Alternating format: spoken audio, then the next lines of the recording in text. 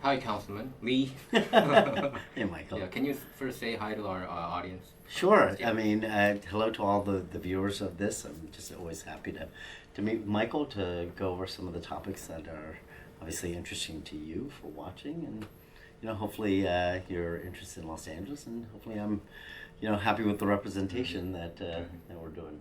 So it's been 3 years since you took office, right? And you are the only Korean American councilman representing Koreans and also Asians as well. Sure. So far, what are you most proud of? And any bills that you're proud of, and what was the most frustrating moment while you were in the Well, council? I think that if we're specifically talking to maybe the Korean American community, I think it's the same thing as what's important to my district. Fighting for public safety, fighting for the backing of our Los Angeles Police Department. I think that's an important issue to my constituents as well as Korean Americans throughout the city of Los Angeles. I've been proud of my stance with them. I've been proud that we stood by them when I think the narrative was something different. Yeah. And so I'm really proud of that. I'm proud to have been that voice for businesses. I'm happy with how the direction we've personally been handling the homelessness issue. I think with me being on the city council, it adds that different voice so that people, so that the rest of the council, I can't say this for sure, but if I wasn't there, I think things might be a little bit different, or even a lot different in some cases. But my advocating to try to fix the problems that we're having on our streets, that we need to get people off the streets, and hopefully some of the things that we're working on, where you're going to see a marked improvement in the city of Los Angeles. So they were talking about defund the police. We were talking about defund the police 2 years ago, and you Sure. and Councilman Joe Buscaino were the two votes against it. Yes. But it seems like after 2 years now passed, it seems like they all say that they're against defund the police. So. That's fine with me. As long as we are focusing on public safety, whatever they said in the past, for me at that point, it was very frustrating because I felt that some of my colleagues weren't just acknowledging the differences LAPD has made over the last 3 decades. Growing up in the city of Los Angeles, living here for all 52 years of my life, I never saw police officers who looked like me. I never had police officers who spoke the language of my grandparents. They have, the makeup of LAPD almost matches to the exact percent of our population here in the city of Los Angeles. And I think they've done such an amazing job in community policing and all the different things that the advocates or activists were fighting for. Acknowledge, we already did all those things. De-escalation, chokehold, like all those things that they were asking for. You could have just slapped taken the LAPD manual and introduced it into Congress as the George Floyd bill, because we did do all things. And it was very frustrating that people weren't acknowledging that and just wanted to bash on the LAPD. And not all the police force act like Derek Chauvin, right? But they treated them like that. I think. Well, I that's think the old adage is, no one hates a bad cop more than a good cop. Okay. How did you help the Korean community as a councilman? Specifically, I know that you don't represent Koreatown, but you do represent the Korean American community Sure. at large. No, I understand. Like, while I do have Korean Americans who live in my district, and I realize that I'm the council member of the northwest part of the city of Los Angeles, that I have a responsibility as a Korean American to be that voice and share the different experiences that I know that our people of Korean American heritage go through. I think I was a big voice in with all the especially during the recent hate against the AAPI. I think I was a big voice in making sure that our voices were heard, and that the city was paying attention and not just glossing over it as something that, well, this is going to be, go away sometime soon, of making real changes in our system. I think that there's been, those same type of things that we hear against the black and brown, Jewish communities, that Asians have been experiencing that for years. Mm-hmm. But unfortunately, they're just because whether it's our culture of not, wanting to speak up. I mean, we're taught to mm-hmm. focus on what is want. Don't let anything else distract you. And I think it's shown, and what we were trying to show people was it does matter for you to speak up. Whether it's just reporting, not of course through 911, but through all the different ways to report just any type of incident. It helps us. Data is so incredibly important, and we need to know where to respond to it. And obviously on top of that, recognizing a lot of different AAPI contributions, and especially even 2 days ago, making sure that people understand the importance of the Korean Independence Day mm-hmm. and what that means to Korean Americans. We are such an economic powerhouse part of the economy of the city of Los Angeles that, things that are important to those communities, just like things that are important to many other communities, need to be pointed out. Mm-hmm. Do you think those kind of passive attitude does bring those hate crime more to the front? Well, I think we don't know. We don't know what we don't know. I mean, we can agree that API does tend to be a little bit more passive compared to absolutely. Like other, No. We talk about So I don't know if it invites it more, but they wouldn't report brings attention. Much, right? We don't know if, for the numbers as in the past. We've seen a huge increase, and while of course we can attest some of the increase to what's been going on in our world, a lot of that was already there. Mm-hmm. When I talk to when I hear experiences from different people growing up, it's one of those things where I start thinking like, wow, I had that exact mm-hmm. same experience, but I've never ever spoken about it. Almost because I thought maybe it's only me that did. So it's that. not all of a sudden thing. These AAPIs, if you think about it, I mean, it happened way before. I think that's how I feel. Yeah, too. I think that I don't think it's all of a sudden thing. Yeah, I think that our communities need to speak up, mm-hmm. and I think that we haven't in the past. Mm-hmm. And so I'm really happy that we've been able to push a lot of different things to make sure that people have the understanding of even how to do it. Mm-hmm. And so, How is it in your district? Well, the numbers of API hate crime incidents, is it kind of going down, or is it not that existent in that area? For me, I'm actually very happy that, growing up in the city of Los Angeles, seeing a Korean American councilman, or even when I was in the business as a young kid in public service, really, I never saw that as maybe being attainable.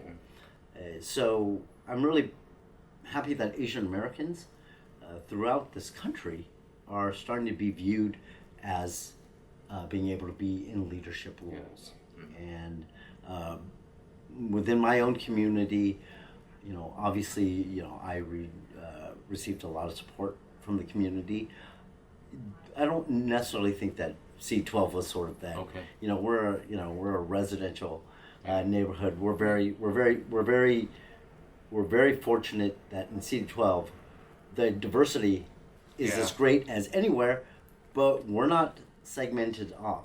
You to come to my cul-de-sac, I'll show you. I think people say when they talk about CD12, they tell me that it kind of represents a nation, like a little bit more. Different from the 14 districts. So like you are the only independent councilman in the council. So do you still consider yourself as an outsider? You know what? I never really considered myself as an outsider. I probably I can't say this for sure. But I've been working in this building since 1996. That's true. You're right. So you could be the ultimate insider. I think I have the experience and understanding about how this city works and how to get things done, how to deliver things to my district. Of course, am I often the dissenting, voice on a lot of different issues?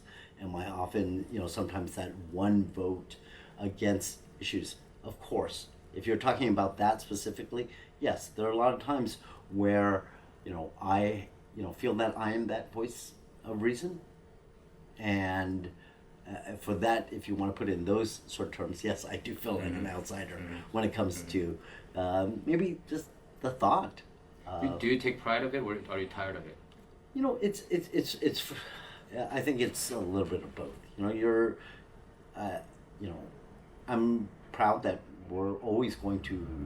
You were correct Make a about the stance. defund the police movement. I mean, you were being announced. You know, but there's- I mean, there's the, a- there's the a- trend wasn't there. But There's But also at a the same myriad time, of frustrating. issues, you know, and this job, you don't get successes out of telling people I told you so. Okay. So while I'm proud of those stances, while I felt they were right then and feel that they're right today, you know, that doesn't win me any points. My job is to, you know, get things done in the city to help the different groups that I think are best for this city to thrive, like businesses that provide jobs. So, you know, it is very frustrating. It's very frustrating when you think that you have an understanding of how things should be, and when they're not. Yeah. You know, sure. So we think we were correct about that, but if you look at the primary this year and also the recent George Gascon vote, the recall had failed, and also CD1, Gil Cedillo, Councilman, Sure.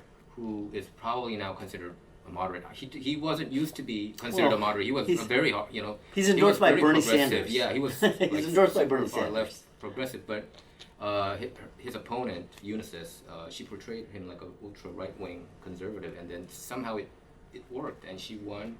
And you have Nithya Raman in CD4, and even in the City of 20 race and other races, if you look at it, I think the progressive left did not die down. I think they are probably motivated. A couple of them won, and then they're in the runoff. How do you see this election in the runoff? I know that you're not in the ballot, but do you see the moderates?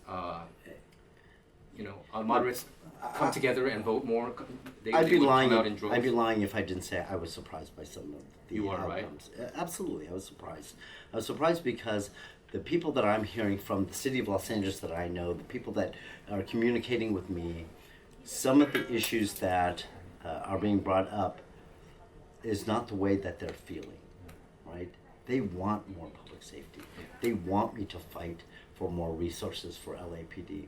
So seeing those different results, obviously shocking, but you know that can, you know, a lot of things can attribute to that, and I think that in this day and age, when we're some of the people who been in this business, we've taken a look at elections and how to run elections a certain way, and I think we need to evolve as well.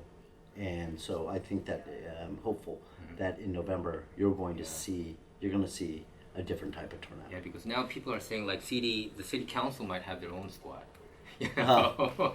Like, you With know what? CD 13 also, going. We don't know what's going to happen there. So. Well, obviously Mitch is someone that I sit next to in council, and someone Yeah. that Good friend I of hope, yours, right? yeah, I hope Good that, friend of mine. yeah, I hope that he can pull this out. He's been a supporter with me when it comes to different things like law enforcement. But regardless of however this council turns out, it's still my job to represent my district and also the people of the city of Los Angeles in the way that I think they've elected me to be their representative and to make the decisions the best way that I can, and not to put my finger in the air and feel the direction, but to really put a lot of thoughtfulness in how I vote and making sure that the policies that we're putting forth are ones that are the best for the city of Los Angeles to thrive. If you have to choose top 3 most important issues in CD12, what would it be? Well, currently. I think if you talk to any elected official at any level, if their number one thing isn't talking about what's happening on our city streets, then they're completely out of touch. The homelessness issue, maybe 6 or 7 years ago, my district, when they thought of homelessness, it was always an issue, somewhere else. They didn't necessarily see it in their everyday lives. Do we have homeless people in our district? Absolutely. And we also had homeless services. But now it's different. They see it every single day. We see it on all of our city streets throughout the city of Los Angeles. You see it as you're driving to work. You see it. it's grown to an issue where it cannot be ignored. And if, as elected officials, if we're not trying to pay attention to that, then you're out of touch. You know, so if you gave me a 1, 2, or 3, I'd really just say homelessness, homelessness, homelessness. But obviously, you know, I think public safety right now is a concern for a lot of people when they see what's going on, you know, with the numbers rising in all different categories. It's a concern for them, and it's something that, you know, they are looking to really, you know, count on us to figure out, why is this happening? Is it just because we don't have enough officers, or is it because of past legislation? I would argue it's a myriad of different problems of what we've done in the past, the policies that we've put in place to now, with, you know, the what has happened in the last couple of years, and what's happened to our, you know, LAPD department, the sentiment. Our officers are not feeling the highest morale because they feel like they're not being supported. But I tell you, when they put on that badge, when they put on that uniform, they don't care what people are thinking about them. They're gonna do their job, and they're gonna do whatever they need to do to protect the city of Los Angeles. And another one? You said 2. Well, homelessness and safety. Okay, let's I mean, okay. Sure. I mean, you know what? Homelessness is an issue. Safety. Crime, and, you know, housing has always been an issue that we need to, you know, make sure that we're expanding and growing in a way that in a responsible way. Okay. Do you think we are finally doing better? The numbers. I mean, I heard that the homeless counting has been stopped because of the, you know, recent COVID surge again. But do you think the numbers are getting better, or is it getting worse? I wish I could tell you that, because I've been waiting for months and months and months. I keep telling you know, that the data's going to be, you know, presented to us, and then it gets delayed another month and another month. Here we are. LASA, is it LASA who's delaying Yes, all this? I heard that LASA is out of control. That's what I've been hearing. I heard that their top person is out. We don't even know whether we have an acting LASA director. We do. You know, I've always had my issues with LASA. I heard that it's a mess. I couldn't even arrange an interview there because they didn't have a top person. That was their answer. Well, I mean, I've always had my issues with LASA, and you know, it's a bureaucratic. We are, you know, in Council District 12, we want to help people. We want to help people get off the streets. You know, we're accused a lot of, like, trying to criminalize homelessness. That nothing could be further from the truth. It's not okay for people to be dying on our city streets. There was a time in this world where that would not be put up with.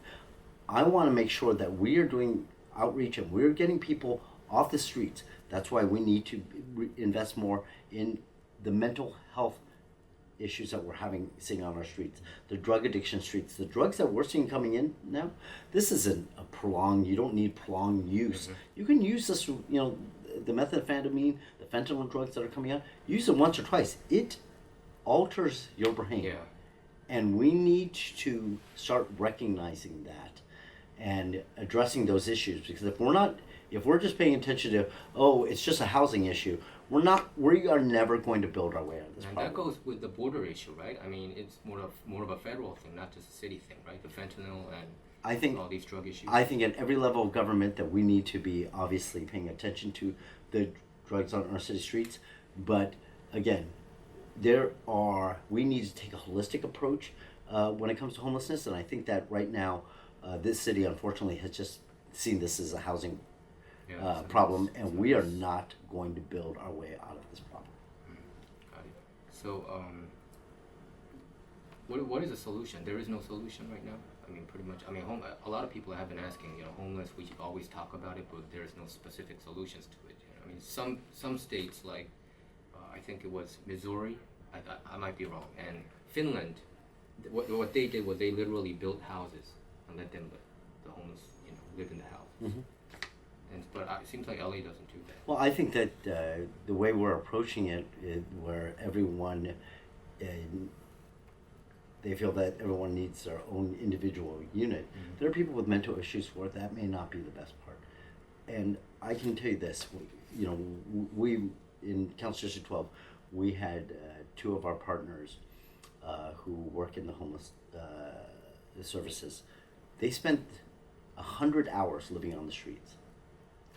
In that 100 hours, you can see a cognitive change in them at the end of the day. And this is all psychologically knowing that on Friday, they were going to be back in their homes and back in their beds.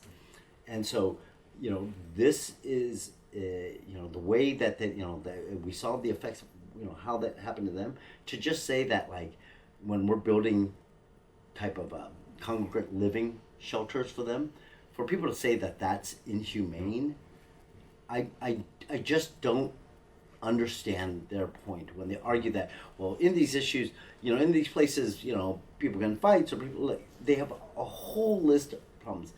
But at the end of the day, I'm like, you cannot tell me it's safer on the streets. No, it's not. You cannot tell me that this person doesn't want to live with a roof over their head. And so the way we just have been approaching the issues in the city of LA, it has to change. Triple H is a failure, right? Well, I love how you try to like lead me into these different things of like, Just asking. Triple H is not the magic bullet that it was sold to be. The units are coming in too expensive. $870,000, right, per unit. Right. I mean, regardless, that's more expensive than most houses, right? Yeah, there's a lot Per unit. obviously, built into those numbers. Okay, so it's not that exactly, but the numbers are ridiculously high. We are not building these fast enough. We're not going to build 40,000 units to get the amount of people who, at the last count, in the city of Los Angeles off our streets. And so, when you say, with Triple H, it is not living up to what it was. The people, city of Los Angeles tax themselves $1.2 billion. They expected to see a bigger difference than what we've seen come out of that. We all knew that it wasn't going to live up to the expectation. Again, Michael, you loved it like... Crime. Let's talk about safety, crime issue. Sure. Crime has been going up, right, in the city of Los Angeles. Yes, across the board. And the reason for it and the answer for it, what is it? Well, I think a lot of the policies that we've put in place over the last, probably through the last decade, things like Prop 47, where, you can, things that used to be a felony are now downgraded to misdemeanors. You can walk into a store and take, $950 worth of items, not per day, per incident, without receiving, sometimes more than a slap on the wrist. We have policies that, like, no bail. We have sometimes a DA who won't prosecute on certain crimes. Mm-hmm. There's a whole lot of reasons. We don't have enough officers for the size of Los Angeles. We do not have enough officers on our streets. So you take a look at all of those things, and there are some more things, but when you add those all together, that's going to lead to the issues that we are unfortunately facing as a city right now. As a state, our police officers are very frustrated. They're frustrated when they make an arrest and the person's walking out before they're even finished with the paperwork. That's, They feel humiliated. They feel like that what they're doing is not making that difference. So they're going to focus on things that they can make a difference on. And I understand their frustration. And it's up to people like myself and other leaders to make sure that that's not the case, that we live in a society where we have rules and you have to follow those rules, and that it's not just okay to, ignore it at your own discretion. How many more police officers do you think we should hire? This has been Currently, is it 9,300? Yeah, we're at around that, and right now the city of LA is really trying to be aggressive with different types of incentives to try to get more officers on our city streets. But that number really needs to, in my opinion, needs to be closer to 13,000. We need 13,000 officers, and eventually, we have the Olympics coming around. Yeah. It was in the 1988 Olympics where this city took the opportunity of those Olympics to almost I don't remember if it was double in size, but to greatly increase the LAPD from the size it was to I think it was like 4,000 to 6,000. It was During the huge, 84 Olympics? yes, it was a huge. So they increased for the safety. Huge. Chunk. But it was something that we needed. And we need to look, if we're hosting things like the Super Bowl, if we're hosting major world events, then we need to be able to provide that safety to the people who are visiting. But also, every single day in, day out, we need to be providing that safety to our residents of the city. And, it's a city that I've lived in all my life. It's a city that I'm so honored and proud to be able to represent the area that I grew up in. And we owe it to the people that, that we need to provide, that type of safety, and that they don't fear when they're when they're in the homes, when they're in their communities, when they're visiting other places here in the city of Los Angeles. And that's our responsibility. Mm-hmm. If you compare 1984 to now, do you think it was safer then? Since you were talking about it. Sure. I think we had different issues. Okay. Gang problems and things were, on the rise throughout the city. So while there are different types of issues, I think that right now what we're seeing is something that we cannot. I'm a big, broken windows theory guy, right? Yeah. If we keep ignoring things, the problem's just going to get greater and greater exponentially, and we need to make sure that we're actually addressing some of those issues. You smash and grab and follow home crime. It's just crazy. It's it's insane. It's insane that is becoming commonplace. And I interviewed with Mayor Garcetti a couple weeks ago. He kind of blamed the judges. Do you blame the judges for letting these criminals off the streets? I don't know what he meant by that, to be honest. Probably they did let them go, but... I think it's a policy set, whether it's through our district attorney, whether it's the laws that our courts feel like they're interpreting in a certain way. So I think, sure, a lot of that has to do with that, but as long as we keep allowing policies, they're going to keep enforcing the law on how they see it. We need to make it very, very clear. If we're not making it clear enough, but even here in the city of Los Angeles, the things that we get challenged on, those things it's very, very frustrating when we lose those cases. Can you explain to our audience about what committees you are sitting at? One committee you were president, right? Can you Right. tell us So Sure. Readers, yeah. I'm the head of the Arts, Parks, Education, Neighborhoods Committee. I sit on the Planning Land Use Management Committee, the one that oversees building here in the city of Los Angeles. I'm fortunate enough to be a part of the Public Safety Committee. I am also on Trade, Travel, and Tourism Committee. I am a member of the Public Works Committee. I'm pretty sure about this. I sit on more committees than any other council member in the city of Los Angeles. Really? Oh, okay. So usually it's like 3 to 4, right? Yeah, it's somewhere 3 to 4. I believe I'm on 5 or 6. Does that mean that you are that more energetic and more diligent than other councilmen? You know what? I think that when the offer to sit on committees is presented to me, that I'm happy to lend my voice, regardless of the subject, and how it, in some aspect, it affects the city. And so if that's what I'm called upon, I see that as my responsibility. Let's talk about the committee that you're sitting president for: Arts, Parks, Health, Education, and Neighborhoods. What are the issues that we should know about?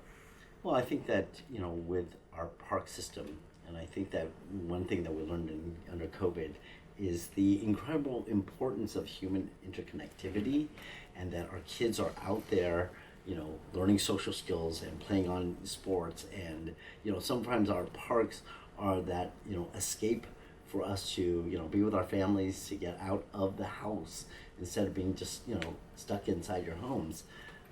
These are opportunities we're taking a look through throughout the city of Los Angeles in park poor areas, and trying to identify spaces for all the different communities of where, or we have an initiative going with Department of Water and Power. They own Citywide, property. not just in CD12, right? Citywide, yeah. Any talks in Koreatown about, because we don't have a lot of parks. Yeah, and one of the things that is always important to come back to, and I'm not saying blaming, is that we've seen an incredible sort of involvement of Korean Americans growing in the political arena.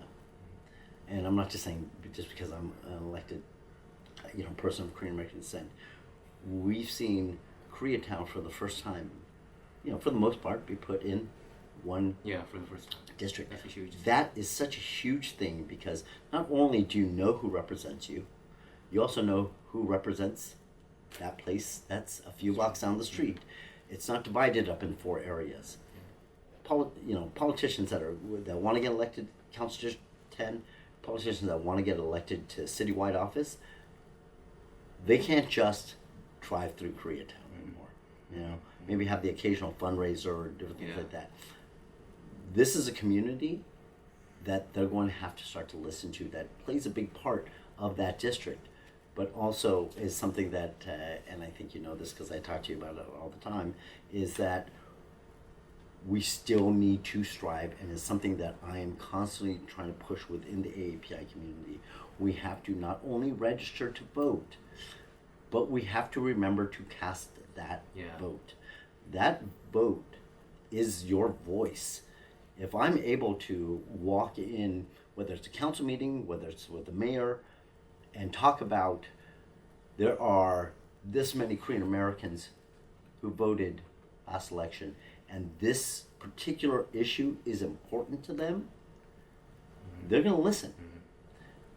But if those numbers are obviously lower, So it's more of a responsive things, right? The councilmen or whoever it is, they see whether people are interested or not by votes, because that's the numbers, and that's how they sure, just, but it's it's not just right? They're voters, right? it's who they have to listen to. They're going to they're in the business of getting elected. That's part of this job, and part of that is listening to the people and what their concerns are. So if there are Korean Americans out there that are registered to vote and actually casting votes, because our numbers haven't been great. Not even in your district, right? Not even in my district. You always tell me about that. Not even in my district. You are very. But I'm very that's not true. You know what? I'm actually very proud of the support that I've gotten from the Korean American community in my district. It's a point of not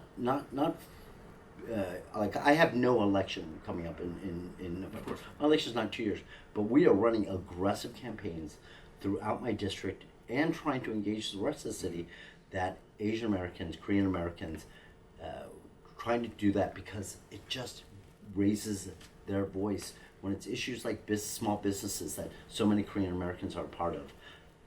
Those issues come up all the time in city council, and if they want to be heard, this is a way.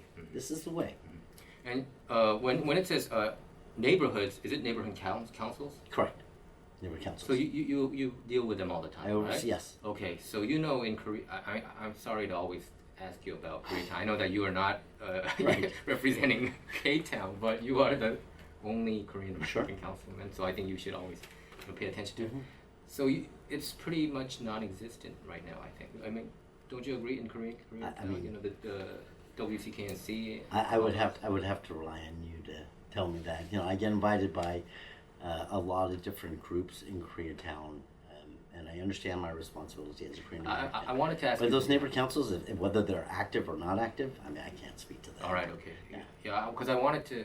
I was actually thinking about asking you this question a little bit later, but since we're here, I'll ask you. Sure. CD10 has not been having a representative for quite a while. Sure. With MRT issue and Herb Weston, I think another lawsuit, right? Right. Going on with that. So, what is your advice for us, the Korean American community, CD10 people? Obviously, since representation. We don't have a representative. How can we voice our opinion? Obviously, representation for Through any you? council district is very is very important. Yeah, can I just take over? No, but the 14 council members that are there, District 10 is still part of the city of Los Angeles that we are, still paying attention to. It's still part of the city of Los Angeles and the different things that we are trying to accomplish in the city. And, they're still part of that conversation. Yeah, of course, representation is important. We have to kind of wait for the courts to sort of figure out what those, next steps are and, go from there. But I assure that there are, all of us, it's part of the city of Los Angeles. Okay. And we're making decisions, for the whole city. And, that office still has a group of people that represent them in the fact of, community services and constituent requests and things like that. But it's something that, obviously it's very, very important that we get any type, some type of representation there. The stockholders in CD10, they wanted me to ask you that. Okay. So housing, you're also sitting on housing planning and land use management.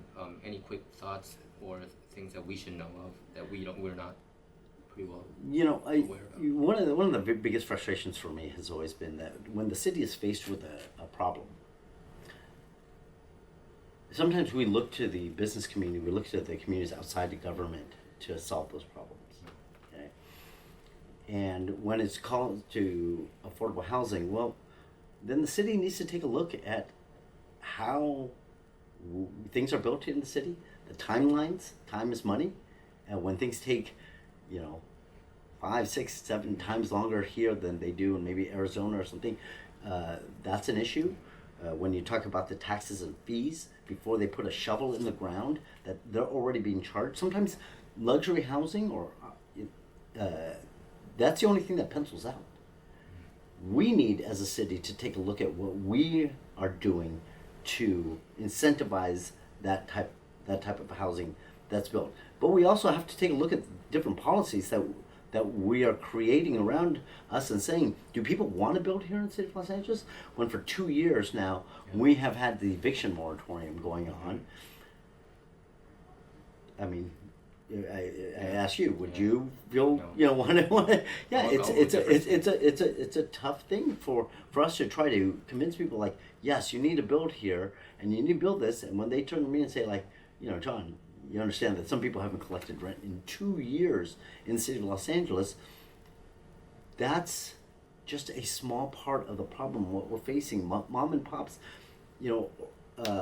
establishments, they are the backbone in trying to provide affordable housing here in the city of Los Angeles. And on top of that, some of these people have made incredible sacrifices through their life to save, to purchase properties, to use as income in their older days. And now for the city of Los Angeles, we don't ask any other industry to do what we're asking them to do. We haven't, when it comes to people facing food insecurity, the government and, partners with different groups to provide food to those people. We don't ask, in supermarkets, well, then you just need to provide free groceries. When it's clothing, the government, again, works with different nonprofits and different groups to see what we can do to provide those things. We don't say, well, you need to just open your doors and you need to give it for free. But when it comes to property owners, that's exactly what we're telling them to do.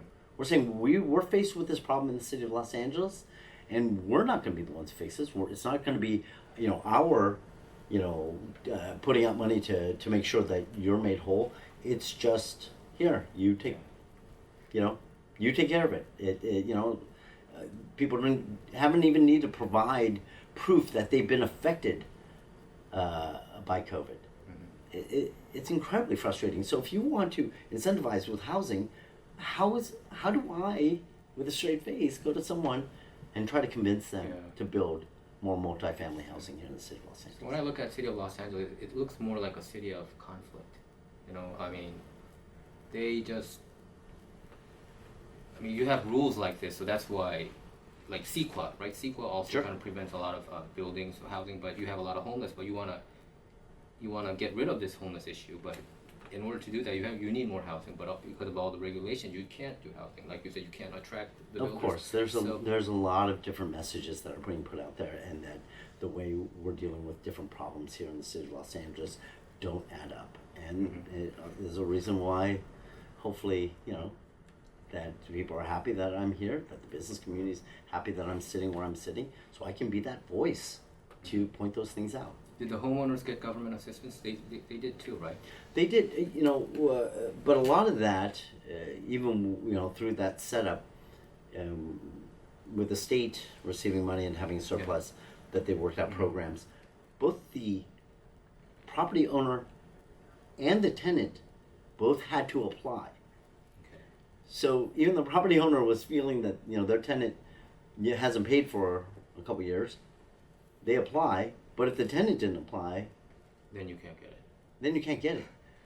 That should worry a lot of people. That should worry a lot of people that some people couldn't even take the time to fill out for a program.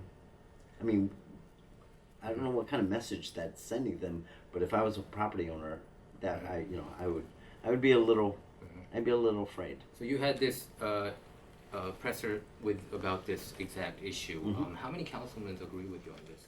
Among the 15. Well, I can tell you how many council members have been voting to end the emergency order here in the city, and that's 2, me and Councilman Buscaino. Always, 2 of you. Since that keeps I don't know. Yeah, we've been. A lot of Korean community agrees with you, and I think a lot of people. Regardless of safety and the housing issue. Yeah, I mean, we're starting to see people lose their properties. That's crazy. It's And public works issue. Anything you want to, since you're sitting there, trade, travel, tourism.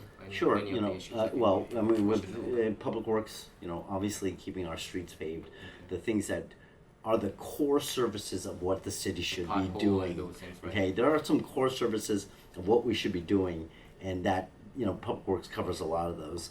And trade, travel, and tourism, that's an important industry for the city of Los Angeles.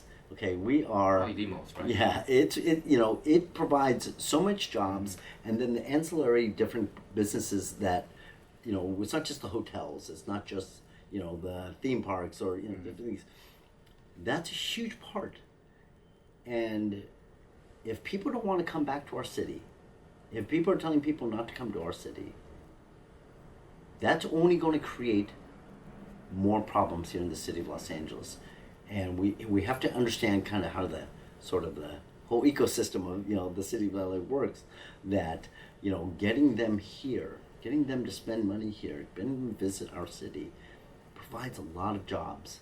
And if we don't start doing a better job at making our city look and feel safe and attractive to be at, we're going to find ourselves, unfortunately, in a bigger problem that we're in right now. Right. Porter Ranch issue. I mean, is it being solved? I know that there's a legal agreement between the people who sued Alicia Canyon. Yeah, I think I believe that's on the sort of the basics of it have all been sort of agreed upon.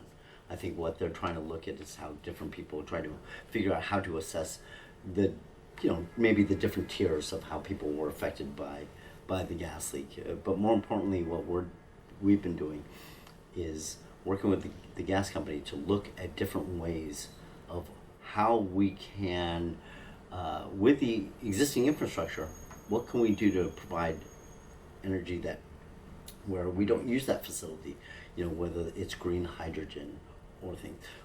But we also understand the reliability of this region, that we cannot affect that by simply, it's not just as easy as me walking up somewhere and just flipping a switch.